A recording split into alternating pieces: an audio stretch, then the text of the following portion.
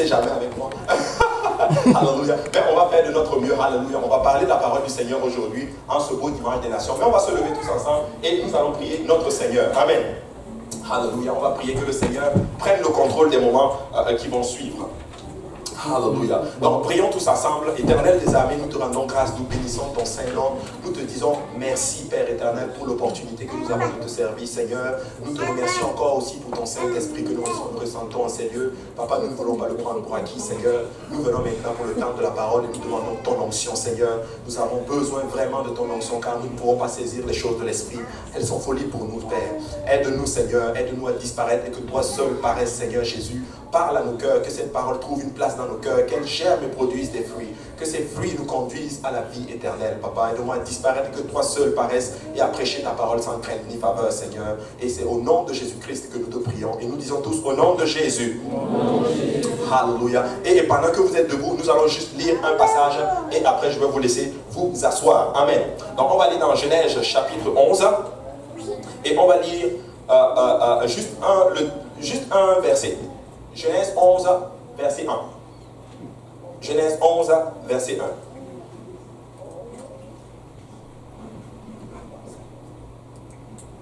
Genèse 11, 1. La Bible dit ceci.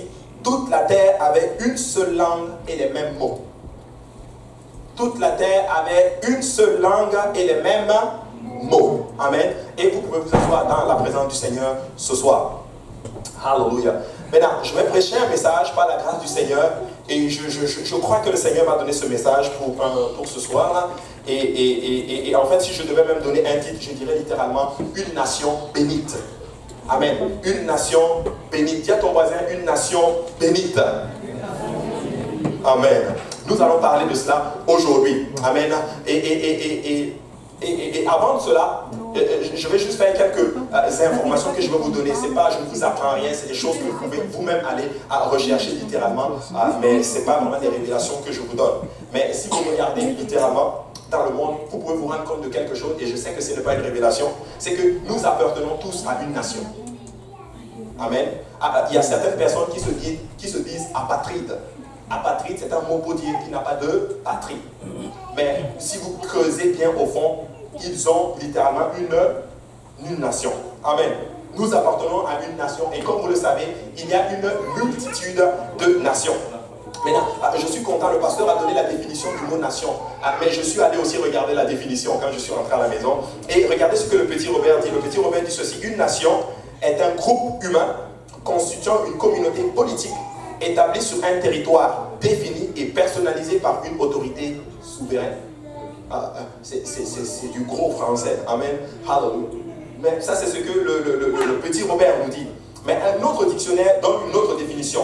Et pour le dictionnaire de la langue française, une nation est un ensemble de personnes vivant sur un territoire commun, conscient de son unité historique et culturelle et constituant une entité politique. Donc ça c'est un autre dictionnaire qui essaie de définir littéralement c'est quoi une nation. Mais moi ce qui m'a intéressé, je suis allé regarder c'est quoi l'étymologie du mot nation. D'où ça vient le mot même nation. Et j'ai vu dans Wikipédia que le mot nation vient du mot natio, N-A-T-I-O, qui dérive justement du verbe nascere qui veut dire naître. Et là, je pense que vous êtes en train de comprendre dans quelle direction je suis en train d'aller en ce moment. Ça veut dire naître. Et le terme latin natio désigne les petits d'une même portée et signifie aussi groupe humain de la même origine. Groupe humain de la même origine. Chez Cicéron, le terme nation est utilisé aussi pour désigner une peuplade, un peuple ou une partie d'un peuple, littéralement. Donc c'est le mot littéralement nation. Donc nation qui a donné littéralement en français nation. Amen. Et nous le disons, ma nation c'est elle. Ma nation c'est le Burundi par exemple. La nation c'est le Japon par exemple. C'est la Chine. Ma nation c'est telle. Mais l'étymologie c'est le mot nation. Amen. Maintenant, ça implique une notion de naissance. Donc, ça veut dire que quand nous naissons quelque part, c'est comme si nous appartenons littéralement à cette nation. Et vous allez voir, dans certains pays, il y a ce qu'on appelle le droit du sol. Donc, quand tu nais dans un pays, automatiquement, tu appartiens à cette nation. Et il y a certaines nations, certains pays qui ont ce principe-là. Amen. Maintenant, quand vous regardez littéralement, vous tapez sur Internet, vous allez vous rendre compte que l'ONU déclare littéralement qu'il y a 197 nations, ou du moins 197 pays, 54 en Afrique, 35 en Amérique, 45 en Asie, 45 en Europe et 16 en Océanie. Donc ils disent que 193 membres de cette organisation fait partie littéralement des Nations Unies. Ça c'est vraiment les statistiques selon les Nations Unies. Mais j'ai vu une autre statistique qui dit littéralement que le nombre de pays au monde c'est 324. Maintenant, je ne sais pas où est-ce qu'ils ont trouvé leur chiffre. Mais honnêtement, ça ne m'étonnerait pas, vu la diversité littéralement qu'il y a dans ce monde. Mais comme nous l'avons vu un peu plus tôt, c'est que dans l'enseignement le matin, c'est que en fait les nations que vous voyez aujourd'hui, donc toute cette multitude de nations que vous voyez aujourd'hui, sont le résultat littéralement de la colère de Dieu. Et ça, c'est probablement peut-être une révélation pour certaines personnes. C'est que les nations, c'est le résultat de la colère de Dieu. En fait, le peuple de Dieu, ou du moins dans la volonté du Seigneur, il était censé avoir un seul peuple. Donc dans Genèse chapitre 11, le verset que nous venons de lire, c'est que toute la terre avait une seule langue et ils avaient les mêmes mots. Vous vous rendez compte que si on avait tous la même langue, donc je voyage de l'Afrique, je viens en Amérique, la même langue. Je prends l'avion, je vais en Asie, la même langue. Je prends l'avion, je vais en Europe, la même langue. Ça allait être une communication très facile. Ça allait être quelque chose d'extraordinaire. Mais quand nous étudions la Bible, nous nous rendons compte que suite à la désobéissance de l'homme, le Seigneur littéralement va disperser l'homme. Le Seigneur va justement pousser l'homme à aller dans sa volonté, mais il va en d'autres termes amener ce qu'on appelle les nations. Donc au départ, tout a commencé littéralement, bon, du moins après le déluge, tout a commencé avec un peuple, avec une seule langue et les mêmes mots. En fait, après le déluge, c'était justement une nation qui avait fait littéralement une alliance avec le Seigneur. Et ça, nous pouvons le voir dans Genèse chapitre 1, à partir du verset 1. Regardez, Dieu bénit Noé et ses fils et leur dit, soyez féconds, multipliez et remplissez la terre. Vous serez un sujet de crainte et d'effroi pour tout animal de la terre, pour tout oiseau du ciel, pour tout ce qui se meut sur la terre et pour tous les poissons de la mer. Ils sont livrés entre vos mains. Donc nous voyons dans Genèse que le Seigneur, après le déluge, était en train de donner un commandement à Noé et à ses enfants et à sa descendance. Dispersez-vous, remplissez la terre, multipliez-vous littéralement. Et c'était littéralement c'était ça la volonté du Seigneur. Que nous nous multiplions, mais étant en d'autres termes, en ayant la même langue et les mêmes mots. Et moi, des fois, je me dis, waouh, vous vous rendez compte que si on était dans une place et que nous parlons tous la même langue, supposons que c'était le français par exemple. En Afrique, le français. En Amérique, le français. En Europe, le français. En Asie, le français. Ça allait juste être extraordinaire. Alors, tu vas aller chercher du travail et on va te dire, tu n'as pas besoin d'être bilingue. Est-ce qu'il y a des gens qui ont été confrontés à cela? Amen. Alléluia. Certains sont en train de payer un prix fort aujourd'hui. Des langues, oh non, je ne parle pas l'anglais. Et là, tu commences à apprendre l'anglais parce que tu veux travailler. Amen. Mais regardez ce qui se passe dans Genèse 9.9. Il dit ceci, voici, j'établis mon alliance avec vous et avec votre postérité après vous, avec tous les êtres vivants qui sont avec vous, tant les oiseaux que le bétail et tous les animaux de la terre, soit avec vous, soit avec tous ceux qui sont sortis de l'arche, soit avec tous les animaux de la terre. J'établis mon alliance avec vous comme chair, avec vous. Aucune chair ne sera plus exterminée par les eaux du déluge, et il n'y aura plus de déluge pour détruire la terre. Le Seigneur établit une alliance. Et quand tu prends la Bible et que tu rentres, que tu commences à étudier depuis l'Ancien Testament jusqu'au Nouveau Testament, tu vas te rendre compte d'une particularité de notre Seigneur. C'est qu'il a toujours voulu avoir une alliance avec son peuple. Il a toujours voulu établir une connexion littéralement avec ses enfants. Le Seigneur a toujours voulu littéralement. Et en passant, si tu es là aujourd'hui, c'est parce que le Seigneur veut établir une relation avec toi. Il veut établir, je vais aller plus loin, une alliance littéralement avec toi. Amen. Donc le Seigneur voulait juste avoir un seul peuple. Mais quand nous rentrons dans Genèse chapitre 11, à partir de verset 4, nous voyons ceci. Il dira encore, allons, bâtissons-nous une ville et une tour dont le sommet touche au ciel, et faisons-nous un nom afin que nous ne soyons pas dispersés sur la face de toute la terre.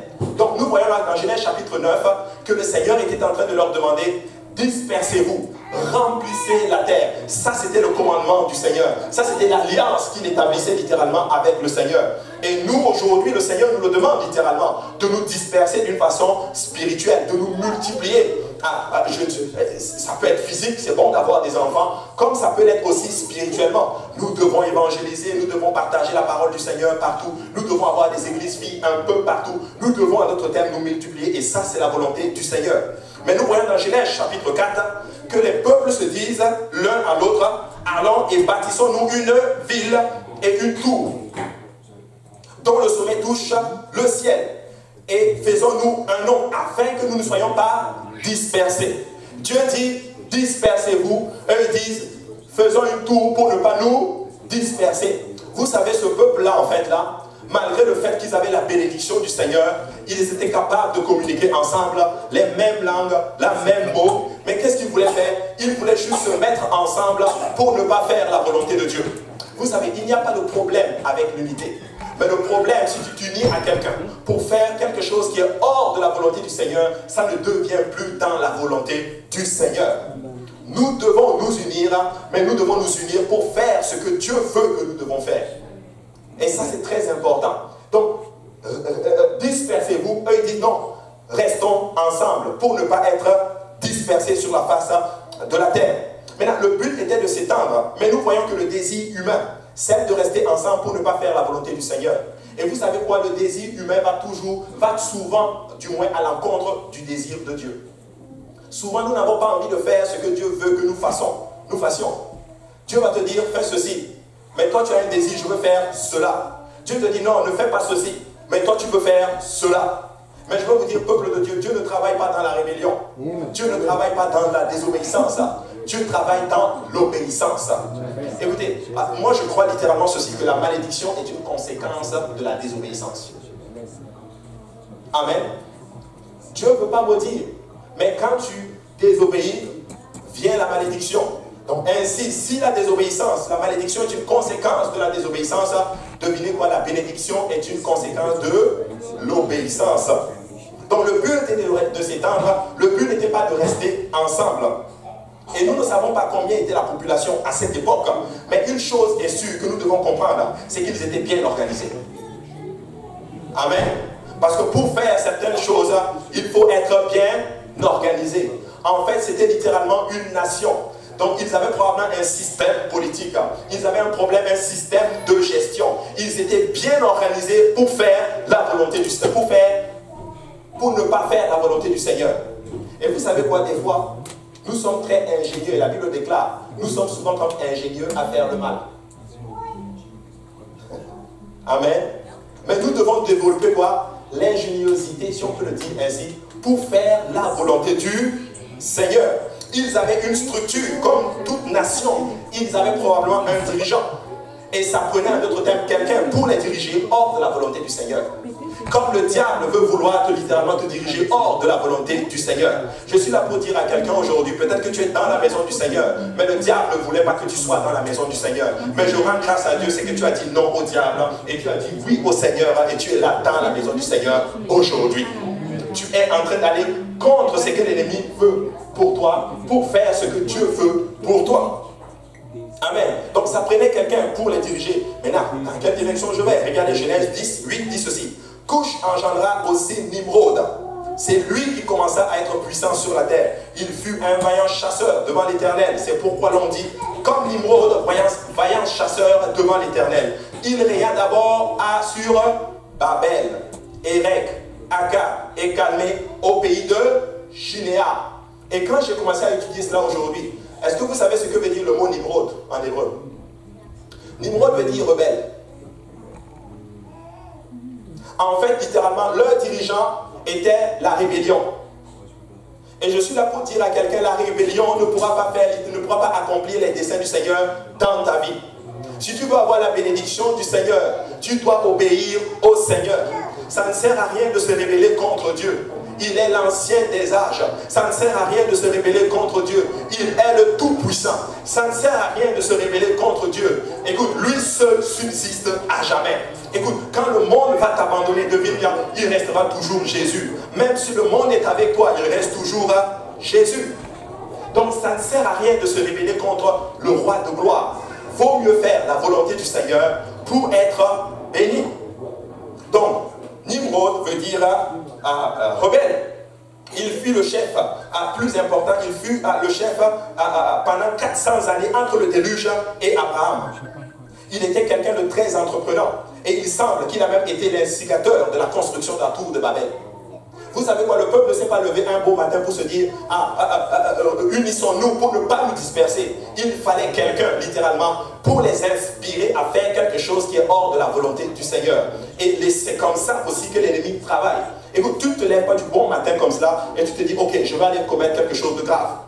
Quelqu'un, des fois, peut t'inspirer. Des fois, ça peut être un ami. Des fois, ça peut être une relation. Des fois, ça peut être, je ne sais pas moi, un comportement. Des fois, ça peut être, je ne sais pas, vous pouvez donner des noms littéralement. Mais laissez-moi vous dire que nous devons bannir Nimrod de nos vies. Nous devons bannir toute situation qui nous pousse littéralement à aller contre le Seigneur. Écoute, le diable ne veut pas que tu sois dans la maison du Seigneur. Dis-lui que je serai dans la maison du Seigneur. Le diable ne veut pas que tu pries. Dis-lui que je vais quand même prier. Ta chair, littéralement, des fois, est très rebelle au Seigneur. Le monde est très rebelle au Seigneur. Le diable est très rebelle au Seigneur. Mais je suis là et je suis content de voir un peuple qui est là, alléluia, dans le Seigneur. Vous avez dit non au monde. Vous avez dit non à la chair. Vous avez dit non au diable. Et vous voilà, littéralement, dans la maison du Seigneur. Et moi, je bénis le Seigneur pour cela. Vous n'êtes pas en train de bâtir la tour de Babel, vous êtes en train de bâtir la tour forte qui est le nom de l'Éternel. Le nom de l'Éternel est une tour forte. Le juste réfugie. L'instigateur, littéralement, c'était Nimrod. Et il a transmis un esprit de rébellion à un peuple qui avait une alliance avec Dieu. Écoutez, le diable ne va pas attaquer quelqu'un qui est hors de la volonté du Seigneur. En passant, plutôt, il ne va pas attaquer quelqu'un qui est, ou du moins, qui est hors de la volonté du Seigneur, parce que tu es déjà hors de la volonté du Seigneur. Mais le diable va t'attaquer parce que le Seigneur a mis un potentiel en toi. Écoute, si tu es là aujourd'hui, laisse-moi te dire que c'est parce que le Seigneur t'a choisi. C'est parce qu'il y a un potentiel en toi. C'est parce que tu es la prunelle de ses yeux. C'est parce qu'il est mort pour toi. Et si tu es là aujourd'hui, laisse-moi te dire que le Seigneur t'a spécifiquement choisi et il n'était pas. Oh, peut-être que tu me dis, oh, pasteur Abou, tel frère ou telle soeur m'a invité. Mais je crois que c'est l'Esprit du Seigneur qui t'a conduit en ces lieux pour que tu entendes l'évangile. Et est-ce que vous pouvez juste battre les mains juste pour vous-même? Parce que vous avez dit non au monde pour écouter la parole du Seigneur. Écoutez-moi, peuple de Dieu, si nous allons être ensemble, c'est pour faire la volonté de Dieu. Amen. C'est pour faire ce que Dieu veut que nous fassions. Alors Dieu veut bâtir un peuple fort pour sa gloire et Nimrod veut la contrecarrer. Regardez 1 Samuel 12, 15 dit ceci. Mais si vous n'obéissez pas à la voix de l'Éternel et si vous êtes rebelle à la parole de l'Éternel, la main de l'Éternel sera contre vous comme elle a été contre vos pères. Écoutez, ce ne sont pas mes paroles, c'est la parole de l'Éternel qui dit que si nous sommes rebelles, la main de l'Éternel sera contre nous. Écoutez, tu veux avoir tout contre toi sauf la main de l'Éternel. Parce que quand la main de l'Éternel est contre toi, tu ne peux rien accomplir, tu ne peux rien réussir. Écoutez, si tout le monde entier est pour toi et que la main de l'Éternel est contre toi, laisse-moi te dire que tu es perdant. Mais laisse-moi te dire que si le monde entier est contre toi et que la main de l'Éternel est avec toi, laisse-moi te dire que tu es vainqueur. N'est-ce pas ce qui est écrit que si l'Éternel est avec nous, si Dieu est avec nous, qui sera contre nous? Si Dieu est avec son peuple, qui sera contre le peuple de Dieu? Qui accusera les élus de Dieu? C'est Dieu qui juge. Nous voulons juste faire la volonté du Seigneur. Mais dis à ton voisin, il va quelque part. Effectivement, le Seigneur n'était pas dans leur projet de bâtir la tour. Il voulait bâtir une tour qui s'élevait et qui touchait littéralement le ciel. Vous savez quoi? Moi je pense littéralement qu'ils allaient réussir à accomplir leur projet. Ce n'était pas dans la volonté du Seigneur, mais la Bible dit littéralement qu'ils allaient réussir à accomplir leur projet. Donc voici mon point littéralement. Si étant unis, hors de la volonté du Seigneur, ils allaient réussir leur projet. Laissez-moi vous dire que si nous sommes unis dans la volonté du Seigneur, nous allons faire de grandes choses pour la gloire du Seigneur. Écoutez, un des plus grands ennemis du réveil, c'est la désunion. Un des plus grands ennemis du réveil, c'est l'esprit de Nimrod. Un des plus grands ennemis, littéralement, c'est quand tu arrives à une place et que tu dis, moi je ne fais pas la volonté du Seigneur, je veux faire comme je veux. Mais laissez-moi vous dire, alléluia, peuple de Dieu, si nous vivons selon les voies de l'Éternel, il ne va jamais nous abandonner. Si nous suivons le Seigneur, alléluia, d'un cœur sincère, d'un cœur pur, d'un cœur honnête, laissez-moi vous dire que le Seigneur ne va jamais nous abandonner et nous allons être une nation bénite. Amen. Amen. Genèse 11:6 qui dit ceci. Et l'Éternel dit, voici, ils forment un seul peuple, ayant tous une même langue. Et c'est là ce qu'ils ont entrepris. Maintenant, rien ne les empêcherait de faire tout ce qu'ils auraient projeté. Allons, descendons, et là, confondons leur langage, afin qu'ils n'entendent plus la langue les uns des autres. Et le plan de Dieu, c'était ceci. Je vais descendre et je vais littéralement les disperser. Je vais confondre leur langage, pour qu'ils ne puissent plus, alléluia, communiquer les uns avec les autres. Écoutez ceci. Si tu brises la communication dans un groupe, laisse-moi te dire que tu as tout détruit. Les problèmes arrivent lorsque nous ne communiquons pas. Les problèmes arrivent lorsque nous ne pouvons pas littéralement nous parler. Et j'ai remarqué, je viens d'Afrique, et en Afrique, il y a beaucoup de coups d'État. Vous savez, quand il y a des coups d'État, vous savez ce qu'ils font en premier? Ils coupent tous les moyens de télécommunication. Ils coupent le téléphone pour que les gens ne puissent pas communiquer avec l'extérieur.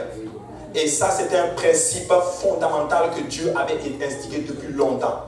Écoute, je vais juste déstabiliser leur communication. Ils ne vont pas juste se comprendre. Comme ça, ils vont arrêter leur projet et ils vont quand même se disperser. Écoute ceci. Si tu ne veux pas faire la volonté du Seigneur, tu vas quand même le faire à un moment donné, mais avec des conséquences. Amen. Vous vous rendez compte qu'il ne devait pas littéralement, il ne voulait pas se disperser, mais il se retrouve à être dispersé, mais avec une conséquence, c'est-à-dire des langues complètement confondues et des nations qui sont en train de prendre place. Un beau matin, quelqu'un se lève, good morning, et l'autre dit komoye, et l'autre dit manawana, et l'autre dit allons manger. Et là, ils ne se comprennent plus. Et ça, c'était les nations. Alléluia. Telle nation est allée. Et laissez-moi vous dire que ça, littéralement, c'était littéralement le début de la confusion. Le début des problèmes. Parce que quand une nation s'élève, une nation devient orgueilleuse, elle veut devenir plus grande qu'une autre nation attaque une autre nation. Et ça, c'était le début des confusions. Là, littéralement, arrive ce qu'on appelle l'idolâtrie et toutes ces choses. Parce que si vous allez dans toute nation, vous allez vous rendre compte qu'ils avaient une particularité. Chaque nation avait ses idoles et ses divinités. Amen. Amen. Alléluia. Mais ce n'est pas étonnant de voir, et moi j'aime la parole du Seigneur. Nous sommes dans Genèse chapitre 11, le début des nations. Mais quand tu tournes la Bible, tu vas dans Genèse chapitre 12, tu vois l'appel du Seigneur sur Abraham. Et l'appel est ceci: quitte ta nation. Quitte ta nation. Et je suis là pour dire à quelqu'un aujourd'hui, quitte ta nation, alléluia, mais va dans une nation que l'Éternel va te montrer. Quitte ta nation, quitte ta maison, quitte la patrie de ton père. Je ne suis pas en train de dire à partir d'aujourd'hui, vous rentrez chez vous, vous dites, ok papa, bye bye, le pasteur m'a dit de quitter. Ce n'est pas ce que je suis en train de dire. Je suis en train de dire que nous devons abandonner nos belles façons de vivre. Nous devons abandonner nos façons de vivre qui ne glorifient pas l'Éternel. Et nous devons juste arriver à une date où nous commençons à vivre pour le Seigneur Jésus-Christ. Genèse chapitre 12, alléluia, marque l'appel de notre cher Abraham. C'est un appel qui est caractérisé par quelque chose de particulier, celle de quitter son pays, sa patrie et la maison de son père. Écoutez, Genèse chapitre 12, à partir du verset 1, la Bible dit ceci: l'Éternel dit à Abraham, va-t'en de ton pays, de ta patrie et de la maison de ton père dans le pays que je te montrerai. Juste après la dispersion des nations, Genèse chapitre 12 introduit quelqu'un. Parce que Dieu va l'appeler pour reformer un projet, littéralement. C'est de faire une seule et unique nation. Mais regardez ce qui se passe, littéralement. Dieu dit, quitte ta patrie. Quitte ton pays, quitte ta patrie, quitte la maison de ton père. Et vous savez, je me suis toujours posé cette question. Mais Seigneur, pourquoi tu es si précis? Parce que s'il quitte son pays, obligatoirement, il quitte la maison de son père. Obligatoirement, il quitte sa patrie. Mais Dieu appuie littéralement. Quitte ton pays, quitte ta patrie, quitte encore la maison de son père. Le Seigneur était littéralement en train de dire à notre cher Abraham, écoute, abandonne ces vieilles façons de vivre, abandonne l'idolâtrie, abandonne toutes ces choses qui ne glorifient pas mon nom. Je vais te montrer un chemin, je vais te montrer une nation dans laquelle je vais te bénir. Sors juste de ton pays, abandonne, alléluia, ces choses qui ne glorifient pas. J'ai étudié littéralement Genèse chapitre 12, j'ai étudié d'où vient littéralement Abraham. Écoutez, il était dans l'idolâtrie, son père Térak était dans l'idolâtrie. Et Dieu était en train de dire, je veux que tu laisses tomber tout ceci. Et le Seigneur est probablement en train de parler à quelqu'un. Il est temps pour toi peut-être d'abandonner ces vaines façons de vivre et de vivre pour le Seigneur Jésus-Christ parce qu'il a des projets extraordinaires pour toi. Dieu veut t'amener dans un endroit que tu ne sais pas. Personnellement, je ne sais pas où Dieu veut t'amener, mais je sais une chose, c'est que si tu suis l'Éternel des armées, tu ne seras jamais confus. Amen. Tu ne seras jamais confus. C'était le début des nations.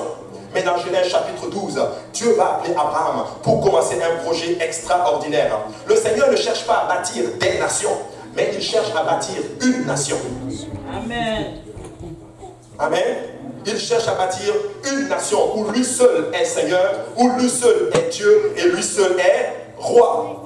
Mais mon frère et ma soeur, je ne sais pas à quelle nation tu appartiens aujourd'hui, mais le Seigneur t'appelle à sortir de ton pays. Écoutez, je rends grâce à Dieu. Oui, je viens d'un pays qui s'appelle le Burkina Faso, mais je ne me réclame pas vraiment du Burkina Faso. Je me réclame littéralement du pays de Jésus-Christ. Parce qu'un jour, l'Éternel m'a touché. Un jour, l'Éternel m'a sorti de ma nation. Un jour, l'Éternel m'a lavé de mes péchés. Un jour, l'Éternel m'a baptisé de son Saint-Esprit. Un jour, l'Éternel a juste pris littéralement son nom, il l'a gravé sur moi. Et à partir de ce jour-là, je sais que quand spirituellement le diable me voit, oh, ça c'est qu'il vient du pays de Jésus. Amen. Il a le passeport de Jésus, littéralement. Et spirituellement, quand tu te déplaces, là tu fais mal. Là tu fais mal. Je ne sais pas à quelle nation tu appartiens, mais le Seigneur t'appelle à sortir de ta nation. Regardez la promesse d'Abraham au Genèse chapitre 12, verset 2. Je ferai de toi une grande nation. Ce n'est pas une petite nation. Je ferai de toi une grande nation. Est-ce qu'il y a des gens ici qui veulent faire partie d'une grande nation? On a le pasteur Zach qui vient des États-Unis. Je sais que lui n'est pas comme ça parce que c'est un apostolique. Mais vous savez quoi? Il y a quelque chose qui caractérise les Américains. C'est la fierté.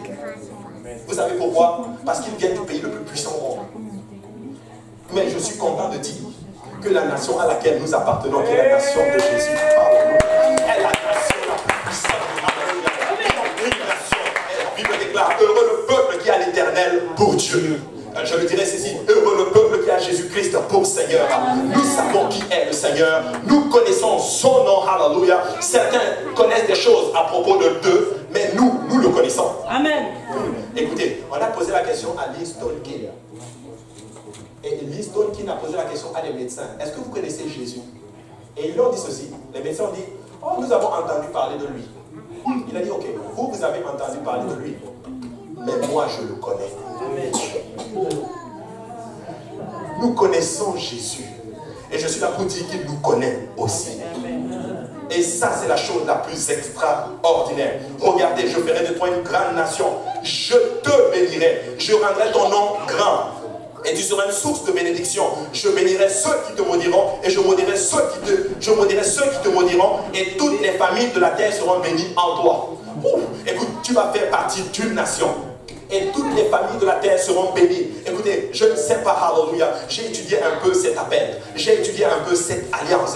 Mais écoutez, si vous étudiez profondément cette alliance, vous allez vous rendre compte qu'il y a quelque chose d'extraordinaire dans l'appel du Seigneur. Écoutez, peut-être que ta nation est une grande nation. Peut-être que ta nation est l'une des nations les plus puissantes qu'il y a sur la face de la terre. Mais je suis là pour te dire qu'il y a une nation qui est beaucoup plus grande que ce que tu ne peux imaginer. Et ça, c'est la nation de notre Seigneur, Jésus-Christ. Vous savez, dans ce verset, le mot peuple,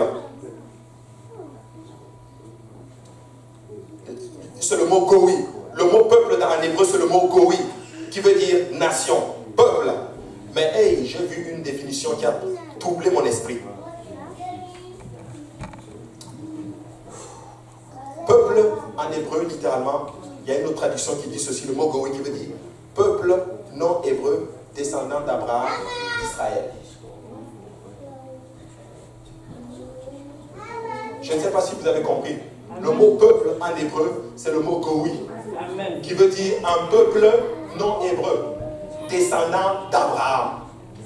Et ça a l'air d'être une contradiction. Abraham descend d'où? C'est un hébreu. Et la Bible déclare peuple d'Abraham, un peuple non hébreu, descendant d'Abraham. Écoutez, c'est nous autres. Il est en train de parler de nous autres. Il était en train de prophétiser qu'il y aurait une nation qui sera le peuple d'Abraham. Alléluia. Et c'est nous autres, littéralement. Écoutez, oui, et quand tu prends Genèse 12, 2 à 3, oh, ça a l'air, peut-être c'est du français, c'est juste écrit. Écoutez, une nation où toutes les familles de la terre seront bénites. Amen. Une nation, littéralement, il est en train de dire que toute personne qui ne fait pas partie de cette nation ne peut pas être bénite. Écoute, si tu veux être béni aujourd'hui, tu dois faire partie du peuple d'Abraham. Il est en train de dire que si tu ne fais pas partie de cette nation, tu ne peux pas avoir la bénédiction. Et là, ça a commencé à travailler en moi, là, quand je commençais à voir ce verset. Et là, il y a le Seigneur, le Saint-Esprit, il me pousse, il me dit, pousse encore, cher, je vais te donner quelque chose. Écoutez, le mot béni, alléluia, dans ce verset, c'est le mot barak. Écoutez, barak, dans ma langue, le mot est arrivé, c'est baraka. Je sais qu'en bambara, c'est le mot baraka pour dire la bénédiction. Mais regardez ce que la bénédiction dit ceci. Une grâce accordée par Dieu. Amen. Une grâce accordée par Dieu. Qu'est-ce qu'il était en train de dire? Il y aura un peuple non hébreu, descendant d'Abraham, qui va avoir une grâce accordée par Dieu. Écoutez, nous sommes sauvés par quoi? Par la grâce. Nous sommes sauvés par la grâce de qui? De Dieu. De Dieu. Alléluia. Il était juste en train de parler de nous dans Genèse chapitre 12. Il était en train de dire, écoute, oui, ils ont désobéi. Ils ont fait leur nation. Mais Abraham, viens avec moi. Avec toi, je vais faire une nation. Et toute famille qui va faire partie de cette nation, qui va sortir de cette rébellion littéralement de Nimrod et qui va rentrer dans cette nation, laisse-moi te dire, Abraham, toutes ces nations seront bénies, ils auront ma grâce et par ma grâce ils seront sauvés. Oh, alléluia, est-ce qu'on peut pas convaincre le Seigneur? Oh, alléluia, une grâce accordée par Dieu. Écoutez, une autre définition dit ceci, c'est un souhait humain, que Dieu agisse favorablement envers quelqu'un d'autre. Il est en train de dire que cette nation va arriver à une place où nous allons souhaiter des choses et Dieu va agir en faveur de quelqu'un d'autre. Il est en train de dire que cette nation est capable de prier pour quelqu'un d'autre et Dieu débloque la situation. Écoute, il y a certaines bénédictions que seulement le peuple de Dieu peut prier pour que ça débloque pour toi. Écoutez, il y a certaines bénédictions qui n'arrivent qu'à l'église. Écoutez, mais oui, il y a certaines bénédictions qui arrivent qu'à l'église. Amen. Qu'il est doux pour les frères de demeurer. C'est là que vient la bénédiction. Amen. Écoute, tu dois être dans la maison du Seigneur. Dis à ton voisin, je veux te voir dimanche prochain. Amen. Tu dois être dans la maison du Seigneur parce que là arrive la bénédiction. Et la troisième définition que j'ai trouvée, et ça réjouit mon cœur. Voilà pourquoi quand je suis arrivé ici, j'ai commencé à dire, j'ai la joie de Jésus dans mon cœur. Une joie de celui qui voit la réussite pour le bonheur de tout. Alléluia. Et nous sommes en train de dire que le peuple de Dieu, qui est cette nation bénie, lorsque nous voyons notre frère qui est en train de réussir là, nous ne sommes pas jaloux, nous ne sommes pas fâchés, mais nous nous réjouissons. Alléluia. Lorsque notre frère ou notre soeur se marie, nous sommes contents. Lorsque Dieu bénit notre frère ou notre soeur, nous sommes contents. Et je suis là pour dire que dans la maison du Seigneur, alléluia, il n'est pas censé avoir deux jalousies, il n'est pas censé avoir deux colères, mais nous nous réjouissons les uns pour les autres. Nous sommes contents les uns pour les autres. Nous sommes heureux lorsque nous voyons notre frère ou notre soeur qui est en train de réussir. Et c'est ce que le Seigneur était en train de dire. Et d'où le titre de mon enseignement aujourd'hui, une nation bénite. Une nation bénite. Écoutez, je suis en train de m'exciter un peu, mais vous savez quoi? Ce mot-là, il apparaît plusieurs fois dans l'Ancien Testament, un peu moins dans le Nouveau Testament. Et vous savez, on peut utiliser le mot béni. Il y a plusieurs termes dans l'Ancien Testament en grec. Mais on ne va pas ouvrir cette porte-là aujourd'hui, ça va être quand même assez long. Mais la Bible déclare que nous sommes sauvés par la grâce. Et le Seigneur est en train de te dire littéralement aujourd'hui que la seule façon pour toi d'avoir le salut est que tu sois dans la nation d'Abraham. Oui, Abraham probablement pensait que cela était physique, mais cela n'était pas seulement physique, mais c'était aussi spirituel. En fait, le Seigneur était en train de prophétiser littéralement qu'une nation spirituelle va faire sa fierté et il se reconnaîtra à travers cette nation. Écoute, le Seigneur Jésus se reconnaît à travers toi. Je suis en train de te dire que quand tu vas dans ton lieu de travail, Jésus est fier parce qu'il se reconnaît en toi. Parce qu'il sait que ma fille est ici, mon fils est ici. Il a dit littéralement quand il était avec nous, je suis la lumière du monde. Mais quand il partait, il était en train de dire, vous êtes la lumière du monde. Écoute, tu es la prunelle des yeux, ne te néglige pas. Ne marche pas la tête baissée. Soyez fiers d'être des enfants de Dieu. Alléluia. Soyez contents lorsque vous venez dans la maison du Seigneur. Soyez contents quand vous dites aux gens du monde, je vais à l'église, je suis un enfant de Dieu. N'ayez pas peur. Soyez fiers, parce que Dieu aime quand ses enfants sont fiers. Vous savez, quand j'étais tout petit, moi j'étais très fier de mon père. Très fier de lui. Tellement fier de lui que quand je sortais là, je pensais que mon père était le plus fort. Je pensais qu'il était le plus riche. Je pensais qu'il pouvait tout acheter. Bon, Avec le temps, je me suis rendu compte que ce n'était pas vraiment vrai. Là. Mais je suis content d'avoir un papa aujourd'hui qui est le plus fort, Amen. Qui est capable de tout acheter. Amen. Et tu sais quoi? Il dit, je donne l'Égypte en rançon pour toi. Je ne sais pas comment il fait ça, alléluia. Mais il donne l'Égypte en rançon pour toi. Et je suis content d'avoir un papa qui s'appelle Jésus. Il est roi, il est Seigneur, il est le maître dans les circonstances. Personne n'est comme notre Seigneur Jésus-Christ, alléluia. Lui seul est élevé, alléluia. Écoutez, nous pouvons sortir plusieurs témoignages. Le frère peut témoigner ici. Vous tous, vous pouvez témoigner de ce que le Seigneur a fait dans vos vies. Le seul et unique qui peut briser les liens de la mort. Il y a des gens, des ex-drogués ici. Il y a des ex-tricheurs ici. Il y a des ex-musulmans ici. Il y a des ex quelque chose ici. Il n'y a que notre Dieu qui peut faire cela. Allah ne peut pas faire ça pour toi. Bouddha ne peut pas faire cela pour toi. Confucius ne peut pas faire ça pour toi. Mais ce que je vois là, c'est l'œuvre du Seigneur Jésus-Christ. Alléluia. Et nous sommes contents d'appartenir à cela. Et je suis là pour dire à quelqu'un, tu dois appartenir à cette nation. Dis à ton voisin, tu dois appartenir à cette nation. Le Seigneur était en train de prophétiser. Regardez, Galates 3:6 dit ceci. Comme Abraham crut à Dieu et que cela lui fut imputé à justice. Reconnaissez donc que ce sont à ceux qui ont la foi qui sont fils d'Abraham. Oh. C'est eux qui ont, ceux qui ont la foi qui sont fils d'Abraham. Écoutez, les Juifs pensaient qu'ils disent, oh notre père Abraham. Mais le Seigneur est en train de dire dans le livre de Galates que c'est ceux qui ont la foi qui sont appelés fils d'Abraham. Écoutez, je suis content de voir des enfants d'Abraham aujourd'hui.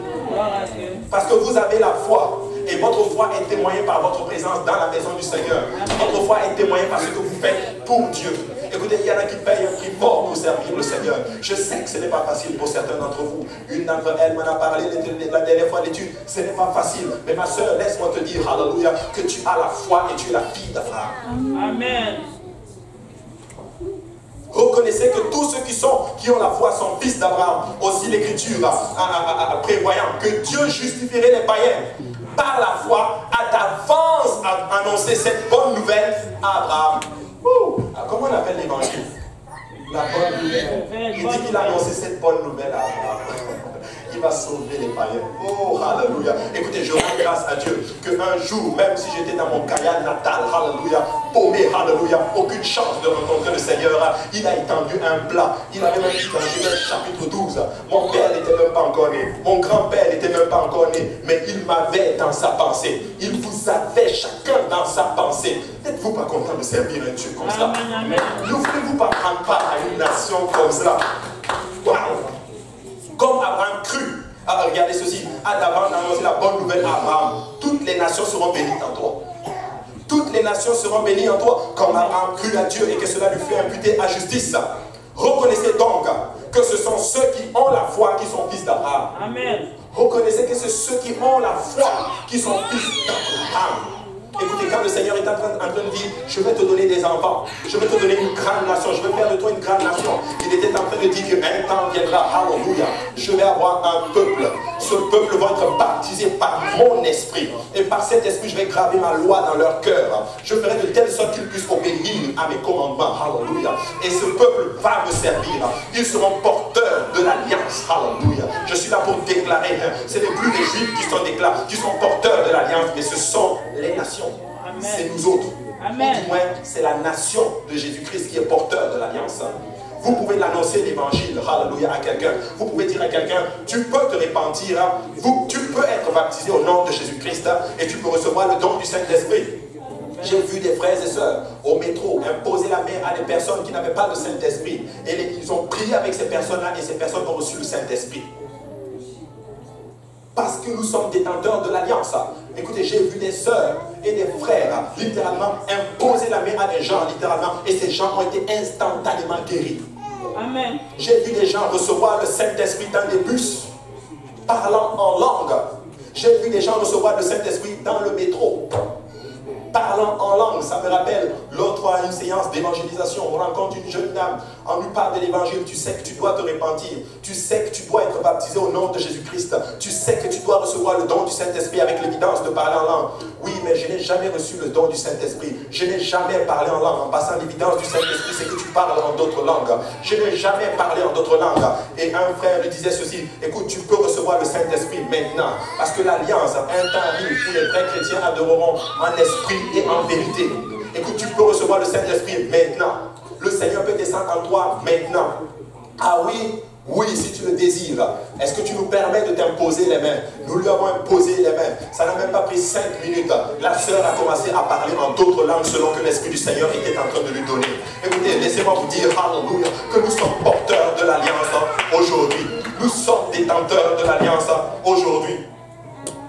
Comme Abraham crut à Dieu, cela lui fait imputer à justice. Au verset 8, il dit ceci. Aussi l'Écriture prévoyant que Dieu justifierait les païens, par la foi Adam a annoncé cette bonne nouvelle à Abraham. Toutes les nations seront bénies en toi. Cette bonne nouvelle a été prêchée le jour de la Pentecôte. Par la justification, nous sommes sauvés. La justification qui s'obtient par la foi en notre Seigneur Jésus-Christ, le jour de la Pentecôte a été prêchée. Pierre, littéralement, était un peureux, littéralement, Pierre. Il avait fui le Seigneur Jésus-Christ pour situations difficiles. Mais laissez-moi vous dire que le jour de la Pentecôte, lorsqu'il a été baptisé de l'Esprit, il se lève littéralement et il prêche l'évangile avec assurance. Vous savez que c'était quoi la différence entre le Pierre de la Pentecôte et le Pierre qui a rejeté Jésus? N'est-ce pas le Saint-Esprit? Je suis là pour dire à quelqu'un, tu sais, tu peux recevoir le Saint-Esprit aujourd'hui. Tu peux parler en d'autres langues aujourd'hui. Tu peux recevoir le don de l'Esprit aujourd'hui. Et c'est donné pour tout le monde. Regardez Actes chapitre 2 verset 1 dit ceci.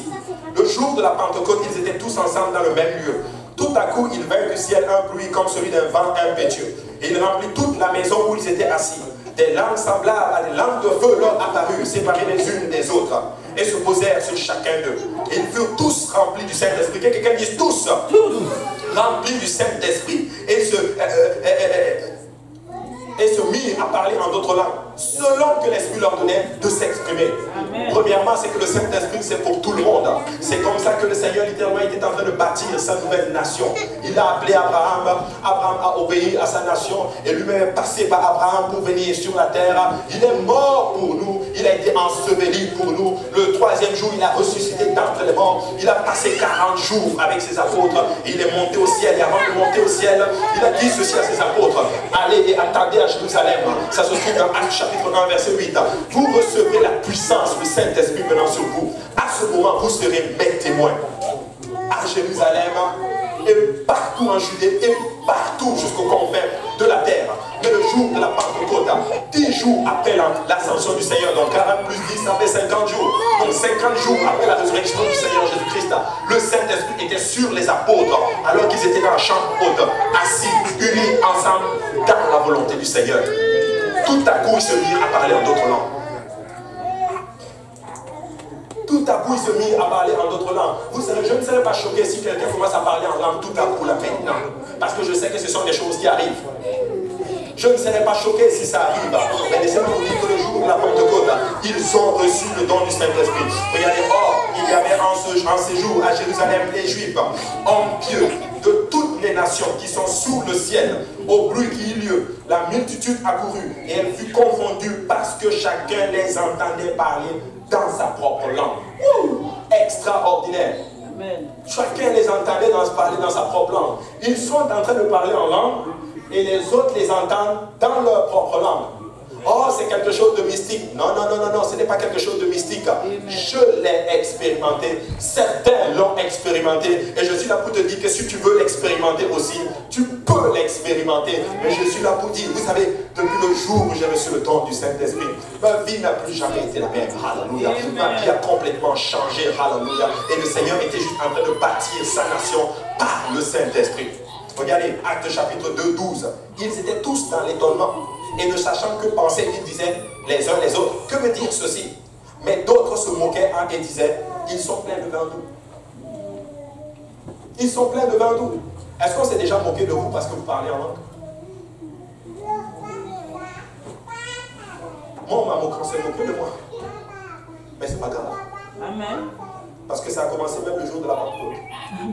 On se moquait des gens parce qu'ils parlaient en d'autres langues. N'aie pas honte de parler en langue. Parce qu'en esprit, la Bible déclare que tu es en train de dire des mystères à Dieu. Amen. Personne ne te comprend, la Bible déclare dans le livre de Corinthiens. Acte 2, 14 dit, alors Pierre se présentant avec les 11, éleva la voix et leur parla en ces termes. Hommes juifs, et vous tous qui séjournez à Jérusalem, sachez ceci et prêtez l'oreille à mes paroles. Ces gens ne sont pas ivres.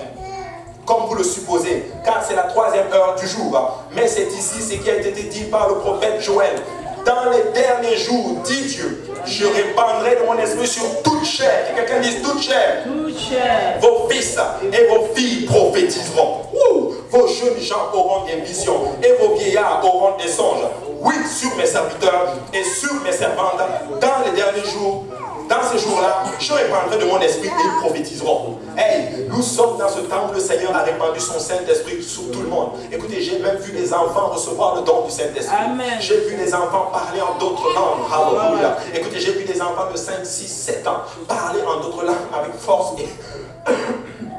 force et puissance. Amen. Parce que nous sommes dans les derniers jours et le Seigneur est en train littéralement de former une nation qu'il va prendre littéralement. Mais écoutez, si nous ne faisons pas partie de cette nation et que nous faisons partie de cette nation qu'a bâti Nimrod, laissez-moi vous dire que quand la trompette va sonner, vous allez rester. Mais je déclare dans le nom de Jésus-Christ, alléluia, que si vous entendez cette parole de l'évangile, que le Seigneur touche vos cœurs, que vous obéissez à cette parole et que vous puissiez tous, alléluia, répondre à la trompette littéralement quand ça va sonner. Heureux le peuple qui connaît le son de la trompette. Amen. Heureux le peuple littéralement quand la trompette va sonner, nous allons tous partir. Écoutez, si la trompette sonne, j'aimerais vraiment que ce micro tombe. Amen. Et qu'il n'y a plus personne dans cette salle. Si la trompette sonne, je veux juste que ces sièges bougent, parce que vous aurez disparu. Amen. Oh, mais je déclare, alléluia, que toute personne sous le thème de nos voix, alléluia, alors que nous prêchons l'évangile de notre Seigneur Jésus-Christ, que vous entendez cette parole, qu'elle touche vos cœurs et que vous y obéissez. Si vous êtes là aujourd'hui, que vous n'avez jamais, vous êtes jamais repenti pour vos péchés, vous pouvez le faire ce soir. Si vous n'avez jamais été baptisé dans le nom de Jésus-Christ pour le pardon de vos péchés, vous pouvez le faire ce soir. Si vous n'avez jamais reçu le don du Saint-Esprit avec l'évidence de parler en d'autres langues, vous pouvez le recevoir ce soir. Je ne donne pas le Saint-Esprit, nous ne donnons pas le Saint-Esprit, mais Jésus donne le Saint-Esprit. Mais Jésus donne le Saint-Esprit.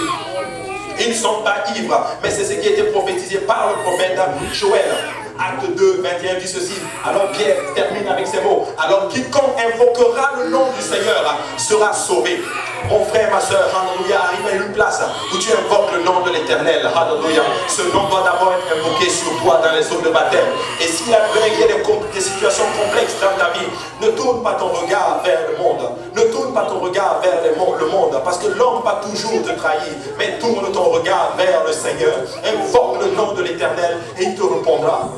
Écoutez, le Dieu que nous servons n'est pas un Dieu que tu vas invoquer et il va boucher ses oreilles. Quand tu l'invoques, il te répond. Je suis content de dire que nous servons un Dieu que si je l'appelle aujourd'hui, maintenant, il descend là, maintenant. Ce n'est pas un Dieu qui nous abandonne. Certes, il ne nous donne pas la réponse que nous attendons toujours, mais c'est un Dieu qui répond toujours. Amen. Invoque le nom de l'Éternel. Alors quiconque invoquera le nom de l'Éternel sera sauvé. C'est un raccourci littéralement du message de la grâce que je suis en train de faire, du commencement de cette nation que le Seigneur avait promis littéralement à Abraham. Maintenant, regardez dans Acte 2, 37, la Bible dit ceci. Après avoir entendu ce discours, ils eurent le cœur vivement touché. Et ils dirent à Pierre et aux autres apôtres, hommes frères, que ferons-nous? Hommes frères, que ferons-nous? En passant, tu sais, quand tu entends la parole du Seigneur, quelque chose, tu dois faire quelque chose. Si cette parole touche ton cœur, tu dois faire quelque chose. Écoutez, ce n'est pas vrai lorsqu'on dit crois au Seigneur et tu crois au Seigneur, oui c'est vrai, mais qu'est-ce que ça veut dire? Crois au Seigneur et tu vas sauver, tu seras sauvé. Parce que si tu crois, tu vas agir. Si tu crois qu'il y a le feu dans cette bâtisse, tu vas te lever et tu vas sortir. Parce que la croyance est une verbe, en fait, ça te pousse à l'action. Quand tu crois en quelque chose, tu agis. Les gens qui réussissent, c'est parce qu'ils croient dans leur projet.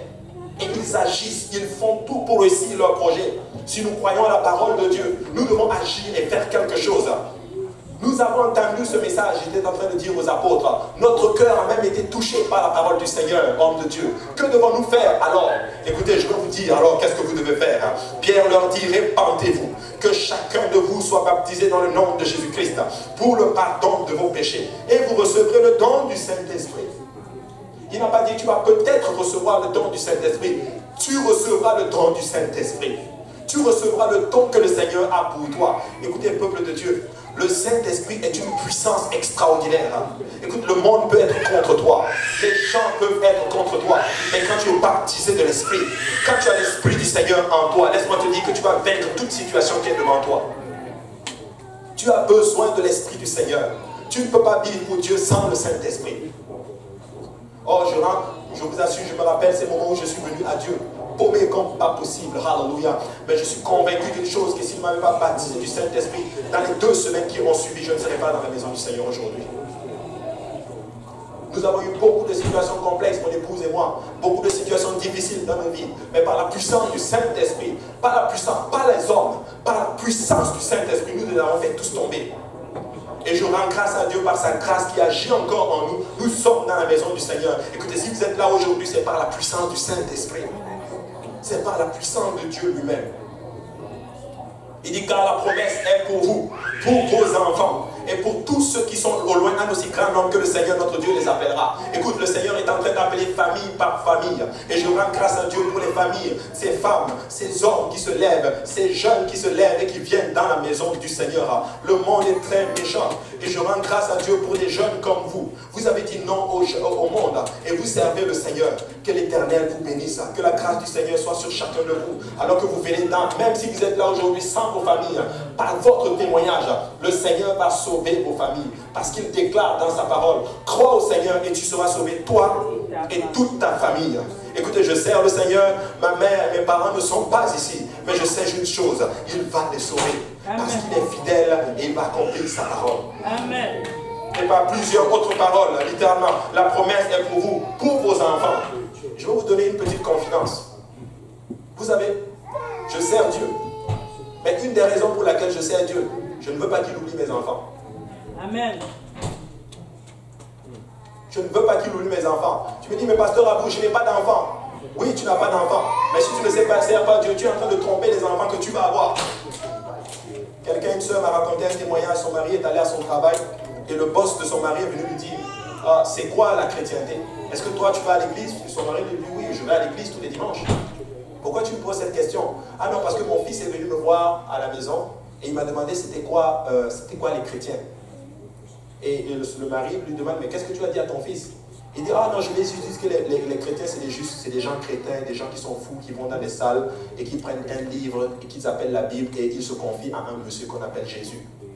Mais je rends grâce à Dieu pour la réponse que le mari de notre soeur lui a donnée.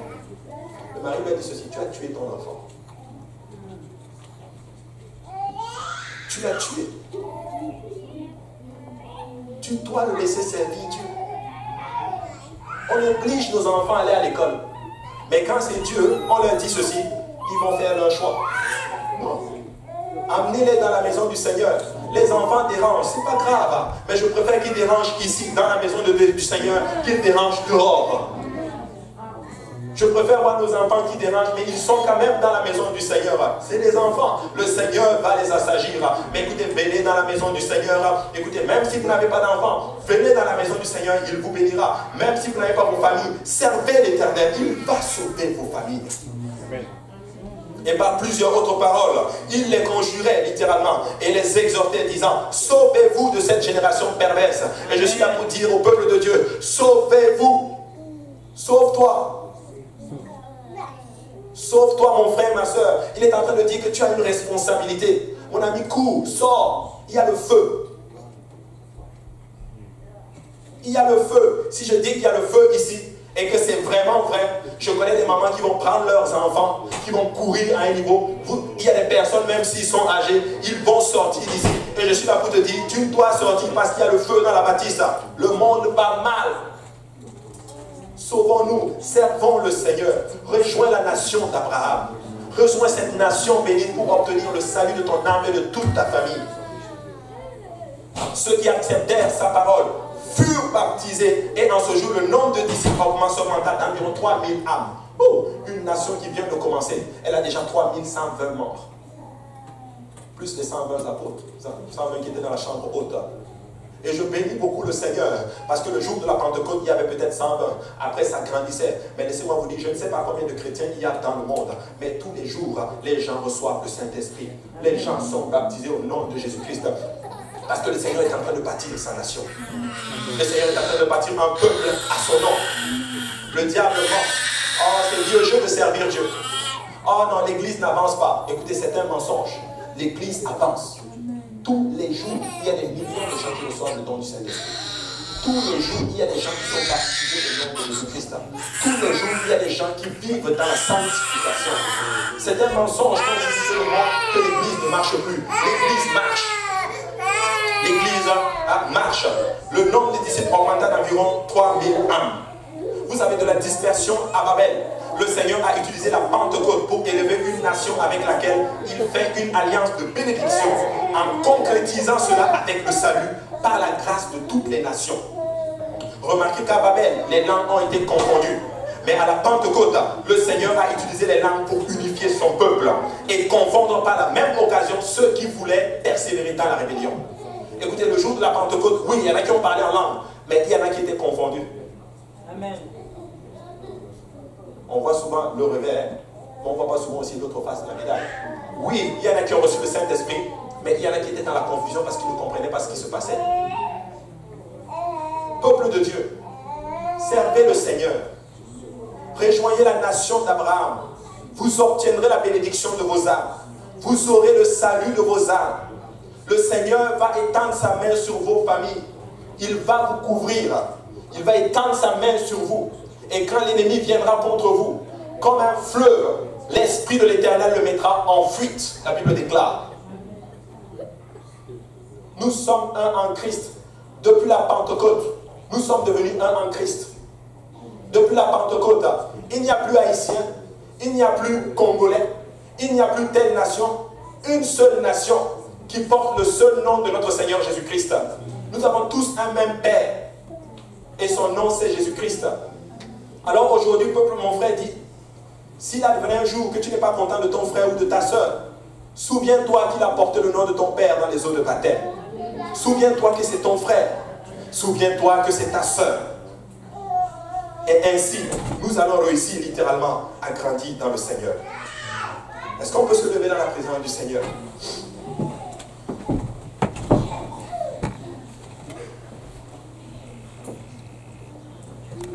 Au-delà de toutes les nations que je peux voir aujourd'hui, peuple de Dieu, le Seigneur t'appelle littéralement à quitter ta nation.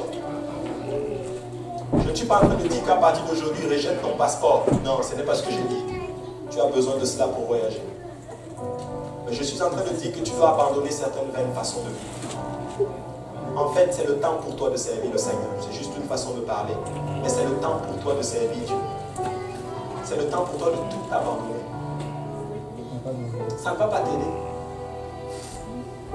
Ça ne va pas te donner quelque chose, ce que tu fais. Mais je t'assure que si tu vis pour Dieu, le Seigneur va étendre sa main sur toi. David a dit, je n'ai pas vu un serviteur de l'Éternel mendier sa subsistance, ni sa descendance mendier sa subsistance. Qui ici peut dire que Jésus n'a jamais rien fait pour lui? Qui ici peut dire que Dieu n'a jamais protégé tes enfants? Qui ici peut dire qu'à un moment donné, pendant que tes enfants étaient malades, le Seigneur ne les a pas guéris, même si tu crois que c'est des médicaments? Nous devons le servir. Nous devons le servir. Galates 3, verset dit ceci, il n'y a plus ni juif ni grec, il n'y a plus ni esclave ni libre, il n'y a plus ni homme ni femme, car vous êtes tous un en Jésus-Christ. Et si vous êtes en Christ, vous êtes donc de la postérité d'Abraham, héritier selon la promesse. En fait, c'est quand tu es en Jésus-Christ que tu es de la postérité d'Abraham et que tu fais partie de cette nation. Je ne vais pas appeler tout le monde, mais je vais appeler ceux-là qui veulent faire partie de cette grande nation qui est la nation d'Abraham. Si vous voulez faire partie de la grande nation, venez à l'hôtel. Il n'y a rien à l'hôtel, mais c'est notre témoignage. Mais c'est notre acte de foi. C'est une façon pour nous de dire à notre Seigneur que nous l'aimons et que nous voulons prendre part à cette nation.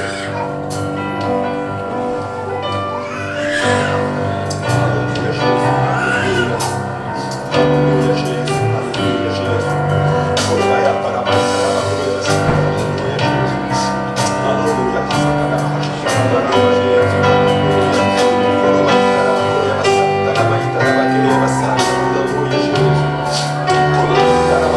Jésus, Alléluia Jésus. Alléluia Jésus.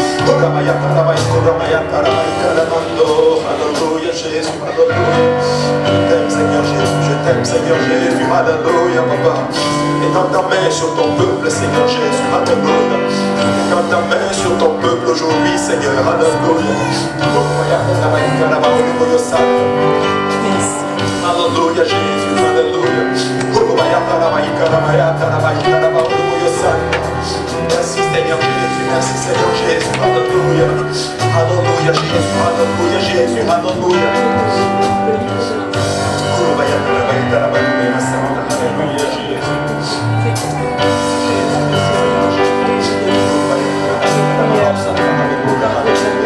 Alléluia, alléluia, peuple de Dieu, nous pouvons lever nos voix, alléluia. Prions notre Père aujourd'hui, alléluia. Prions notre Père aujourd'hui, qui nous connaît, qui tend sa main sur nous. Sa présence est parmi nous, Seigneur, aujourd'hui. Alléluia, Jésus, alléluia. Alléluia, Jésus. Gloire au nom de Jésus, gloire au nom de Jésus. Gloire au nom de Jésus, gloire au nom de Jésus, gloire au nom de Jésus.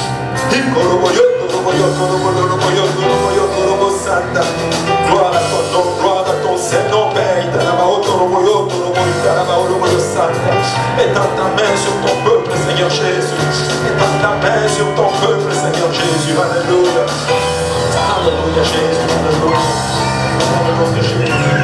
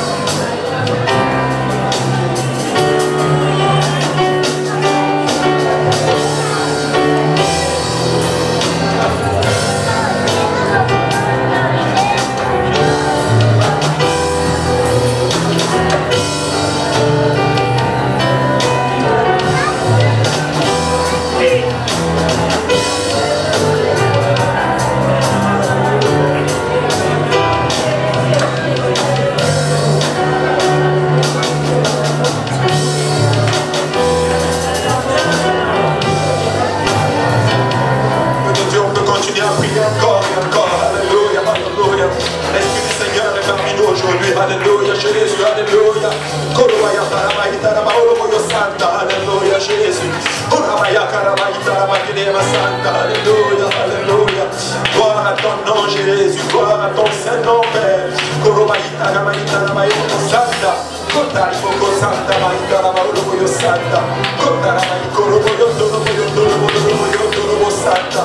Alléluia, alléluia, Seigneur. Alléluia, Jésus. Alléluia, Jésus. Alléluia.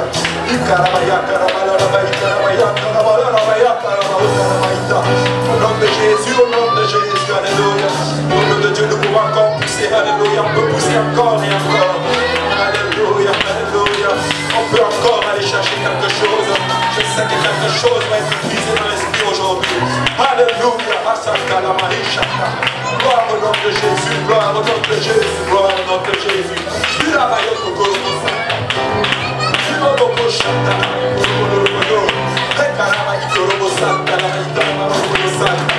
Gloire au nom de Jésus, gloire au nom de Jésus.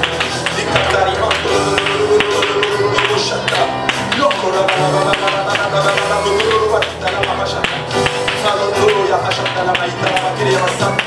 un peuple à ton nom, un peuple à ton nom, Seigneur Jésus. Gloire au nom de Jésus,